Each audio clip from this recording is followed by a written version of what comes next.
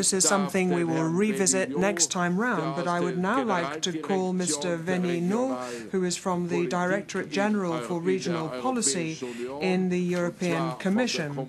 And I would ask him, therefore, now to make his statement on the macro-region institution and specifically on the macro-regional strategy and the current state of discussions on that matter. Thank you very much, Chair, for your invitation first, of course, and for giving me the opportunity to exchange with you about this rather new and rather popular concept that we call macro-regional strategies.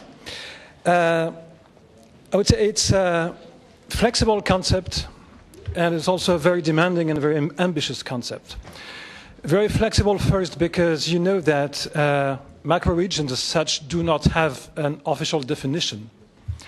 We have official definitions as regards regions, not to regions, in particular that we use for the purpose of allocating money in the EU regional policy. We do not have any definition as regards macro-regions. Macro-regions get some recognitions, I would say, when they are associated to macro-regional strategies. And you know that we got now a first one that was approved in June 2009 by the European Commission and endorsed by the Council in October 2009. This is the Baltic Sea region strategy, and then we had a second one, which is the Danube strategy. So both of them have been prepared by the Commission through a very wide consultation process that lasted 1.5 years. We associated member states, we associated regions, we associated civil society, non-governmental organizations, private sector, and so on, so that in the end, when we get this strategy approved, we had a very wide scope of opinions leading to this proposal that was put on the table by the Commission. So this is a very, of course, very inclusive also process. Those macro-regional strategies, they are somehow binding for the member states that are directly concerned by the strategy because it's endorsed by the Council. So of course it gives rights but also duties to the member states. But there are also other non-EU countries because of course this is an EU macro-regional strategy. There are some non-EU countries that are also very free to participate in those macro-regional strategies. Some, in particular in the Danube regions, are very willing to commit in the strategy. In the Baltic states, in the Baltic Sea region, the situation is a bit different. There is no clear map of the macro-regional strategies. For instance, as regards Baltic strategy, in Germany, the three länder that are bordering the South Baltic Sea, that is Hamburg, which is an extensive approach, but Hamburg, Mecklenburg-Vorpommern and Schleswig-Holstein are part of the strategy. In Poland, there are also three regions that are bordering the Baltic, but Polish authorities consider that the whole Polish country, whole Poland is concerned with macro-regional strategy in the Baltic Sea area, which means that, again, this is very flexible as regards the geographical coverage. And we have even projects in the Baltic strategy that are also associating countries like Slovak Republic or Czech Republic, for instance. There is have in mind one project which is a Baltic University program, which is concerning also and associating other countries or regions than Baltic Sea countries. This is very flexible and very inclusive. But this is also very demanding and very ambitious. This is very demanding because the objective of those macro-regional strategies is to organize the cooperation between the countries concerned, of course, so that they agree on common issues, that they find common solutions, and that they implement common actions. These countries, based on the fact that these countries face, of course, common problems and opportunities that they cannot address satisfactorily on an isolated basis, at national level because it would be too low to solve the problems, and not either at European level because it would be too high approach. This is particularly demanding because this is a strong cooperation process. It requires a very strong political commitment. It is also a knowledge management process, which is not easy to implement. And this is, again, what you discussed in the previous roundtable. This is a multi-level governance process that has to be implemented. So a strong cooperation process, what does it mean? If we come back to the Baltic Sea area example, which is the only operational one at this stage, with 2 years of implementation already. It's very important to highlight the maturity of cooperation in this part of Europe. There are already many cooperation organizations existing in Baltic since the early 1990s at all levels. Of course, at member state level, you get the Council of Baltic States, CBSS, the Nordic Council of Ministers, you get VASAP, which is associated narrowly now to CBSS, which deals with spatial planning. You got also a long tradition and maturity of cooperation at the regional and local level. You got BSSC, which is the Baltic Sea States of Regional Cooperation. You get UBC, which is the Union of Baltic Cities. You get BaltMet, which gathers all together Baltic metropoles, and so on. And also at public-private level, you get organizations like CanBalt or Baltic Development Forum, which means that you already get, in this part of Europe, a very structured and very rich network of, at different levels of organizations working for very specific purposes, but in the same direction. So this is, I think, very important to remind you that this is a strong prerequisite to get a macro-regional strategy.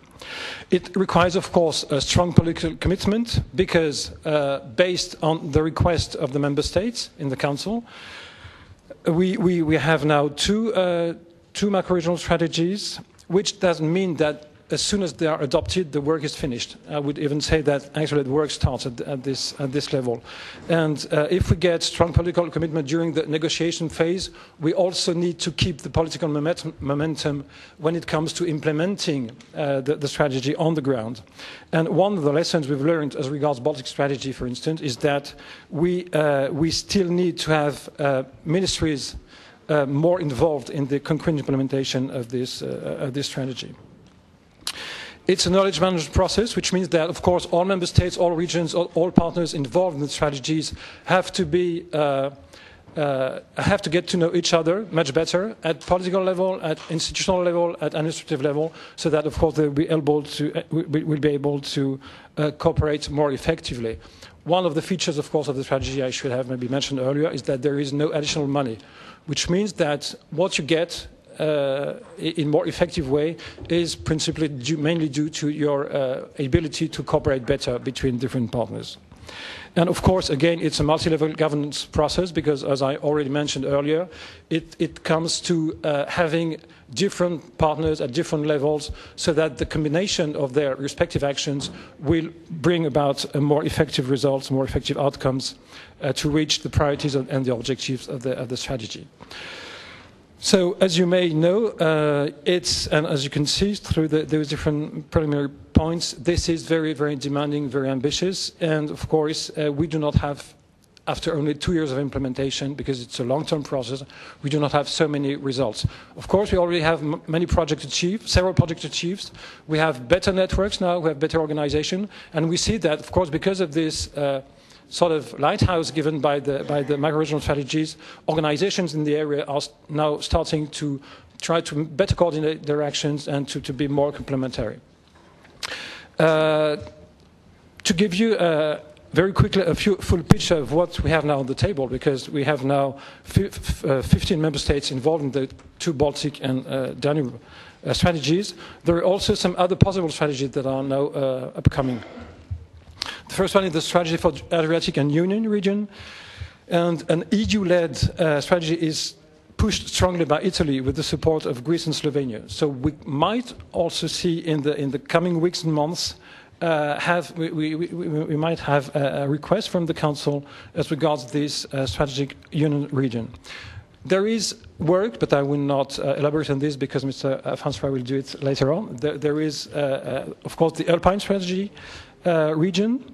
There is also some work on the table through the maritime strategy, but for the Atlantic area, but based on Commission works, and particularly DG Mare, which is finalizing a communication on strategy for the Atlantic, which is mainly marine-oriented, of course. There are other works on North Sea strategies and also much diffuse maybe, but also very tricky exercise as regards the Mediterranean region, for which there is also political interest, but with many, of course, many issues. So as you understand, this becomes very, very popular. We get now many initiatives in various parts of Europe. We still have only one operational one, which is the Baltic Sea strategy, even though, of course, Danube had also started their works. But based on this 2 years of experience into the implementation phase, I would remind, of course, that it is really a problem and a key issue of political momentum to be kept along the implementation phase, and of course the multi-level governance and the cooperation, which is the key for this for the success of this type of strategy. Thank you very much for your attention.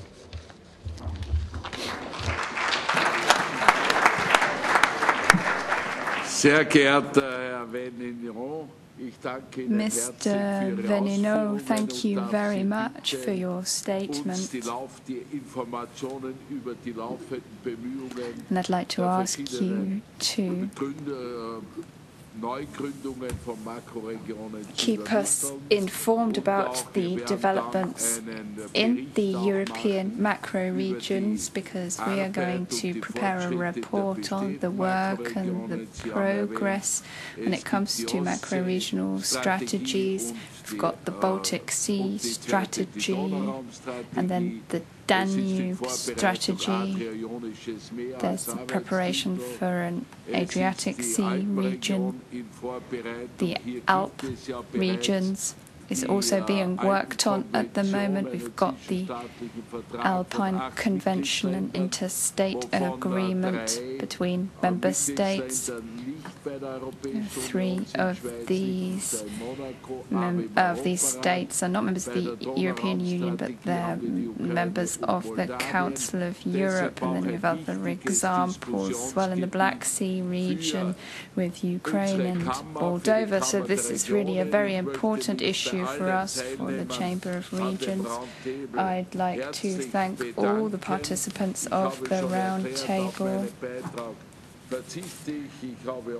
As I have already said, I won't be giving my presentation. I think I have spoken enough during this session. I'd like to thank you for your patience, and I'd like to finish on time because there's an exhibition from the Republic of Armenia, which is celebrating 20 years of its independence.